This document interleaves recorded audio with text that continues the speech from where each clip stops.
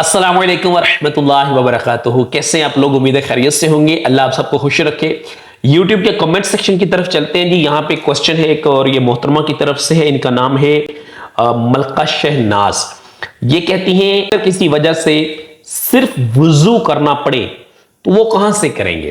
دیکھیں انہوں نے صرف وضو کی بات کی ہے. ٹھیک ہے, اب ہم یہاں پہ دو سچویشنز ہیں, مسجد الحرام مکہ مکرمہ, مسجد نبوی شریف مدینہ المنورہ.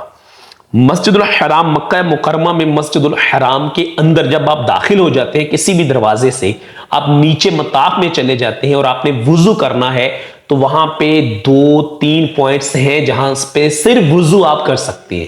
صرف وضو کی بات آپ نے کی ہے. ٹھیک ہے, وضو کر سکتی ہیں, اندر یہ سہولت موجود ہے. اب وہ کہاں کہاں پہ ہے یہ جب آپ جائیں گی تو آپ کو وہاں سے جو صفائی والے یا وہاں پہ جو خادمین ہیں ان سے پوچھنا پڑے گا. سیڑھیوں کے نیچے جب آپ اوپر سے نیچے مطاف کی طرف آئیں گے, جیسے باب العمر ہے یا دوسرے جو دروازے ہیں, تو ان سے جب آپ نیچے آئیں گے سیڑھیوں سے یا ایسکیلیٹر سے آپ نیچے آتی ہیں تو اس کے نیچے جو ہے وہ وضو خانہ ہوتا ہے. عمومی طور پہ ہیں وہاں پہ, تو وہاں سے آپ وضو کر سکتی ہیں. اب وہ کتنے رہ گئے ہیں آج کی ڈیٹ میں یہ مجھے ایگزیکٹ معلوم نہیں ہے, لیکن وضو خانے ہیں, میں نے خود وہاں سے وضو کیا ہوا ہے. صرف وضو کی بات آپ نے کی ہے. ٹھیک ہے, تو مسجد نبوی شریف میں جب آپ ہوں گی وہاں پہ اگر آپ نے وضو کرنا ہے تو آپ مسجد نبوی شریف سے باہر دروازے سے نکلے, اس کے تمام اطراف میں باہر بنے ہوئے وضو خانے, بیسمنٹ میں جا کے آپ وضو کر سکتی ہیں, کوئی ایشو نہیں ہے. لیکن مسجد نبوی شریف کے اندر کہیں یہ فیسلٹی نہیں ہے.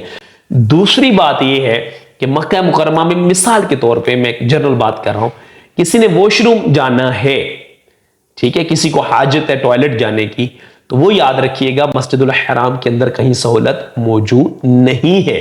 جو نیو ایکسٹینشن ہوئی ہے حرم شریف کی مکہ مکرمہ میں, وہاں پہ قریبی ایکسیس ضرور ہے لیکن بلڈنگ کے اندر کہیں پہ بھی نہیں ہے, یاد رکھیے گا.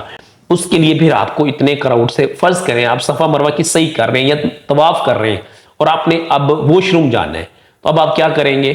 باہر آئیں گے مسجد الحرام سے, لاکھوں لوگ ہوں گے, رش ہوگا, کراؤڈ ہوگا, موسم کون سا ہے, وقت کون سا ہے, یہ بھی دیکھنا پڑے گا. پھر وہاں سے بیسمنٹ میں جانا پڑے گا, لیڈیز سیپریٹ ہے, مرد سیپریٹ ہے, کٹھے نہیں جا سکتے, وہاں بھی بیسمنٹ میں جا کے لائنوں میں لگنا پڑے گا. اس طرح ٹائم بہت لگ جاتا ہے اور آپ کا بہت سارے معاملات میں پھر پریشانی بن جاتی ہے. اس لیے میں سب سے کہتا رہتا ہوں, حاجی ٹریننگز وغیرہ میں بھی ریکویسٹ کرتا رہتا ہوں, خدا را مسجد الحرام کے اندر جب آپ جائیں زمزم آپ پئیں, ٹھنڈا نہ پئیں بلکہ آپ نارمل والا پئیں. نارمل والا بھی آپ کو مل جائے گا, ٹھنڈے والا بھی ہوگا. یک ٹھنڈا لوگ پی رہے ہوتے ہیں اور 3 منٹ بعد انہیں واش روم جانا ہوتا ہے. 14 لوگ ہوتے ہیں, بابا جی ہوتے ہیں اور 2 ان کے ساتھ خواتین ہوتے ہیں, انہوں نے واش روم جانا ہوتا ہے. ان کے ساتھ پھر ایک جوان کو بھی جانا پڑتا ہے. وہ جب جاتے ہیں تو پیچھے والے بیچارے 2 گھنٹے بیٹھ کے ویٹ کرتے ہیں, وہ جب جاتے ہیں تو باقی لوگ پھر وہیں بیٹھ کے ان کا 2-2 گھنٹے ویٹ کرتے ہیں.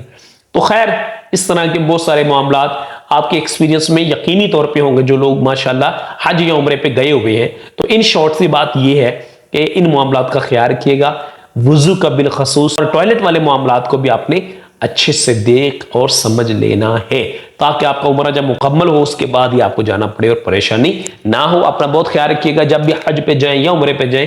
جہاں اپنے لیے دعائیں کیجیے گا, ہمیں بھی دعا میں یاد رکھیے گا. اللہ وہ وقت وہ لمحے ہمیں بھی دکھائے کہ جب ہم مسجد الحرام میں جائیں, آقا صلی اللہ علیہ وآلہ وسلم کے روزے پہ مدینہ منورہ حاضر ہوں اور درود و سلام پیش کر سکیں. اپنا بہت خیال رکھیے گا. السلام علیکم ورحمۃ اللہ وبرکاتہ.